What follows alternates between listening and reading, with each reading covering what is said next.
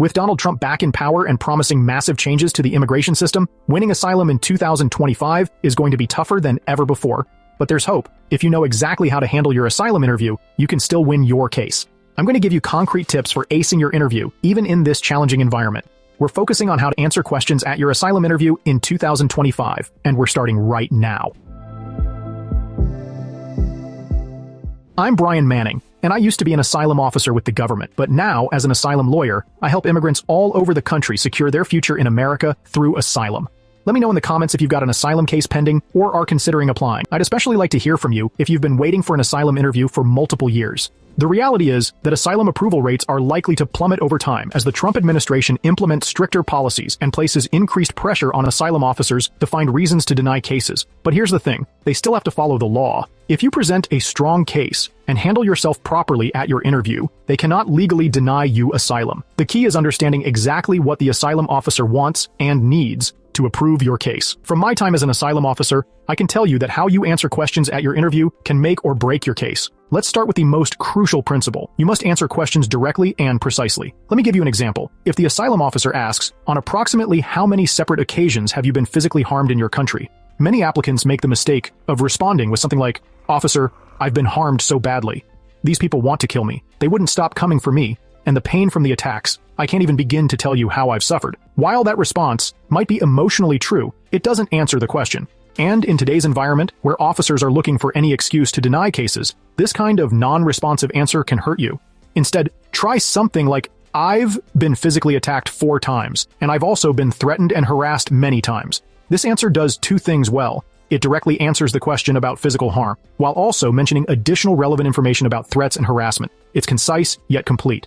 By the way, if you want to maximize your chances for asylum success, then be sure to hit the subscribe button and bell notification, so you don't miss the insights that I share on this channel. Okay, here's another critical point that's more important than ever. Never tell the officer something just because you think they want to hear it. With increased scrutiny on asylum claims, officers are specifically trained to spot fabricated or exaggerated testimony. Be honest and transparent, both because that's just the right ethical thing to do, and because it's strategically smart for your case. Truth is your strongest asset.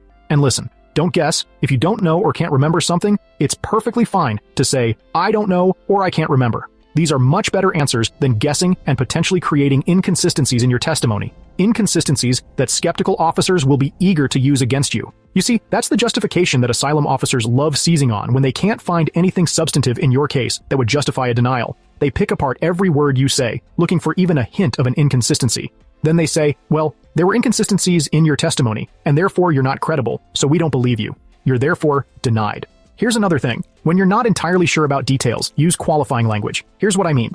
Let's say you were punched and kicked on 3 occasions, but also shoved without injury 2 other times. You might wonder, do the shoves count as physical harm? Should you say 5 incidents, or just the 3 serious ones? In this situation, a good answer would be, I've suffered 3 serious attacks and been shoved on 2 additional occasions. This response avoids committing to a single number while still giving the officer all the relevant information. Remember, all instances of harm matter in your case, even if some were less severe than others. For questions about threats or incidents where exact numbers are hard to recall, estimates are fine. Just be clear that you're estimating.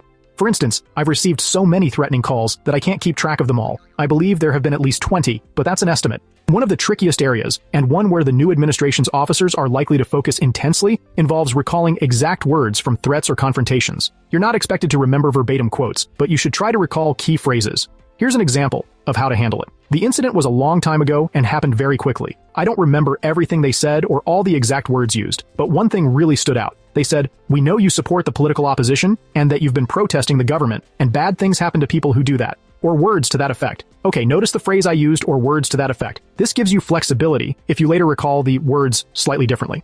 Given the focus on finding inconsistencies, this kind of careful testimony is crucial. Alright, you need to watch out for what I call the anything else trap. Officers often ask, did they say anything else? Or what else did they say? Early in your interview, you might say the attackers said A, B, and C. If the officer asks if they said anything else, and you say no, but later remember they also said D, this could be used against you.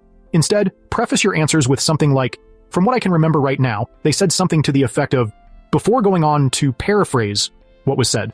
Okay, you need to keep your answers short. Asylum officers are overwhelmed with cases and facing pressure to process them quickly. If they ask who you fear in your country, don't launch into a history lesson. Simply say something like, I fear the secret police. That's it. However, for yes-no questions, it's often helpful to provide just a bit more context. If asked, were you a member of a political party? And you weren't formally a member but supported them, say something like, no, while I wasn't formally a member, I was actively involved with the opposition party called Name of the Party. And finally, you need to be ready to speak in great detail at your interview about the key elements of any asylum claim. There are the 3 things that asylum officers are taught to spend the vast majority of the interview addressing. First, you must be ready to describe any past harm you've endured in a way that shows it was severe enough to count as persecution. Punches, kicks, threats, and psychological trauma all matter. Second, you've got to convince the officer that you're still at risk of being harmed if you return, that someone truly intends to persecute you in the future, or that you fit the profile of people who are persecuted on such a wide scale that just having this characteristic puts you at grave risk. Third, and this is crucial, you need to demonstrate that the reason they want to harm you is because of your race, religion, nationality, political opinion, or membership in a particular social group.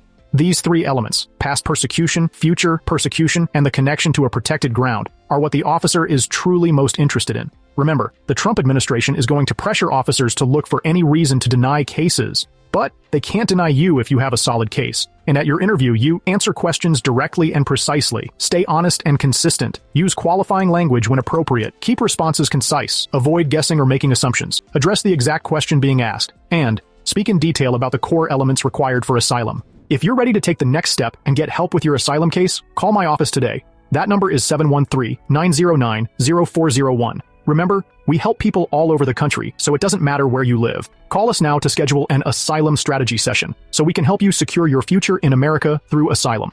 Again, I'm Brian Manning, and it's an honor to serve you in your asylum journey.